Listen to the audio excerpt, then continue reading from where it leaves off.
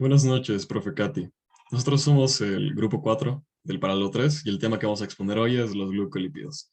El grupo está conformado por Dani Topanta, Isaco Caña, Gabriel Grijalva, Mauricio Peralta y mi persona. Comencemos. Antes de comenzar, me gustaría dar una pequeña introducción acerca de qué son los glucolípidos. Entonces, un glucolípido es un lípido que se encuentra unido a un hidrato de carbono.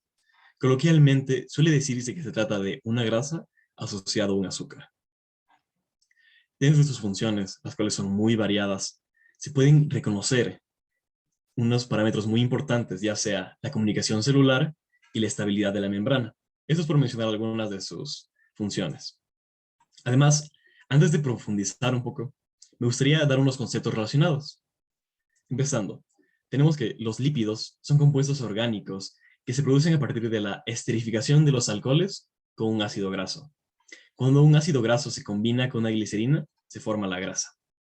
Además, los hidratos de carbono, en tanto, son sustancias formadas por oxígeno, hidrógeno y carbono, con una proporción de 2:1 en el caso de los dos primeros elementos. Además, a los hidratos de carbono también se los conoce como carbohidratos, glúcidos o azúcares. Los glucolípidos también pueden definirse como biomoléculas, es decir, moléculas que constituyen a los organismos vivos.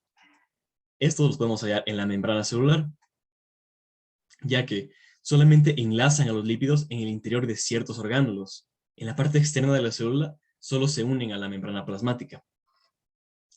Es posible hallar glucolípidos en los animales, plantas y bacterias. Esto es un ejemplo de donde los podemos hallar. Mientras que en los animales se los suele encontrar en la membrana plasmática, en los vegetales su presencia es muy frecuente en las cloroplastas. Cabe destacar que los glucolípidos carecen de enlaces éster y carecen de grupo fosfato. Por otra parte, cuando estas biomoléculas aparecen en una solución acuosa, adoptan un comportamiento semejante al de los fosfolípidos.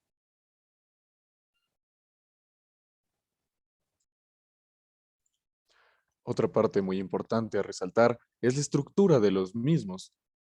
Como se conoce hoy en día, los glucolípidos surgen de la unión de una cerámida, esfingosina incorporada a un ácido graso y un glúcido. Obedeciendo a este tipo de glucolípidos, una cadena de carbohidratos puede lograr tener entre 1 a 15 monómeros de monosacáridos. Una característica inherente, pues, es que la cabeza de fosfato de un fosfolípido es de característica hidrofílica y las colas de ácidos grasos son hidrofóbicas. Además, entre los principales glúcidos que forman a los glucolípidos podemos mencionar a la galactosa, la manosa, fructosa, glucosa, glucosamina, galactosamina y el ácido ciático.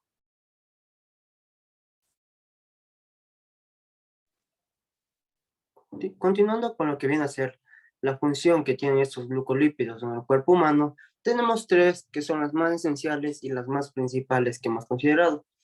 La primera es que sirve como un sitio de reconocimiento para la interacción célula-célula. Esta interacción célula-célula se da mediada tanto por la caderina como por las cateninas, las cuales desempeñan un papel muy fundamental y esencial, ya que regulan la motilidad, la proliferación y son responsables de la inhibición, es decir, interactúan entre sí por diferentes reguladores químicos.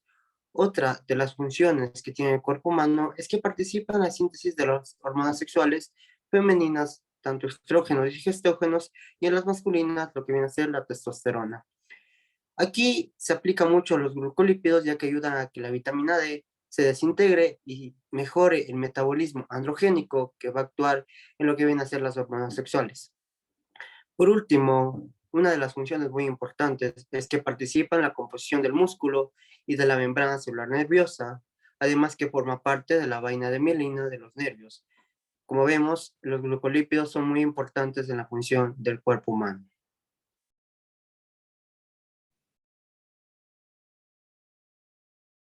Bueno, algo que quiero mencionar también son algunos ejemplos de los glucolípidos. Bueno, como ejemplo, como primer ejemplo, tenemos a la galactosa, que bueno, ya vimos antes que también son mencionados los azúcares y la galactosa es una de ellas. Este es un monosacárido del cual su función es convertir la energía en convertir en energía cuando llega al hígado. Por esto es que es tan importante para nuestro metabolismo. Otro ejemplo puede ser la manosa, un azúcar simple, o también conocido como monosacáridos, que se encuentran formando parte de algunos polisacáridos en las plantas, mientras que forma glucoproteínas en los animales. Es una aldosa, es decir, que su grupo químico funcional es un aldehído. Su principal función es producir la energía. Aproximadamente 1 gramo de cualquier hexosa produce 4 kilocalorías de energía. Y por último, quiero mencionar a la acetilglucosamina, que es un derivado de la glucosamina, que a su vez también es un derivado de la glucosa, que es un azúcar. La N-acetilglucosamina es un aminoazúcar, el cual su grupo H en su estructura del carbono número 2 del azúcar ha sido sustituido por un grupo amino, NH2. Bueno, en síntesis podemos mencionar que los glicolípidos son compuestos binarios conformados por compuestos carbohidratados y lípidos. Son tan importantes o están presentes en todas las células. Forman parte de la membrana celular, por ejemplo. Es por esto que tienen una importancia en demasía en la enfermedad y en la medicina, puesto que hay enfermedades asociadas. En algunas de ellas que se conocen como esfingolípidos, a unos lípidos complejos que pueden o no tener fosfato y se unen a un ácido graso para dar lugar a la ceramida. Si estos no se degradan de manera correcta, algo que suele ocurrir a causa de una enzima glucósido hidrolasa defectuosa, entonces se acumulan y dan lugar a una serie de enfermedades denominadas esfingolipidosis.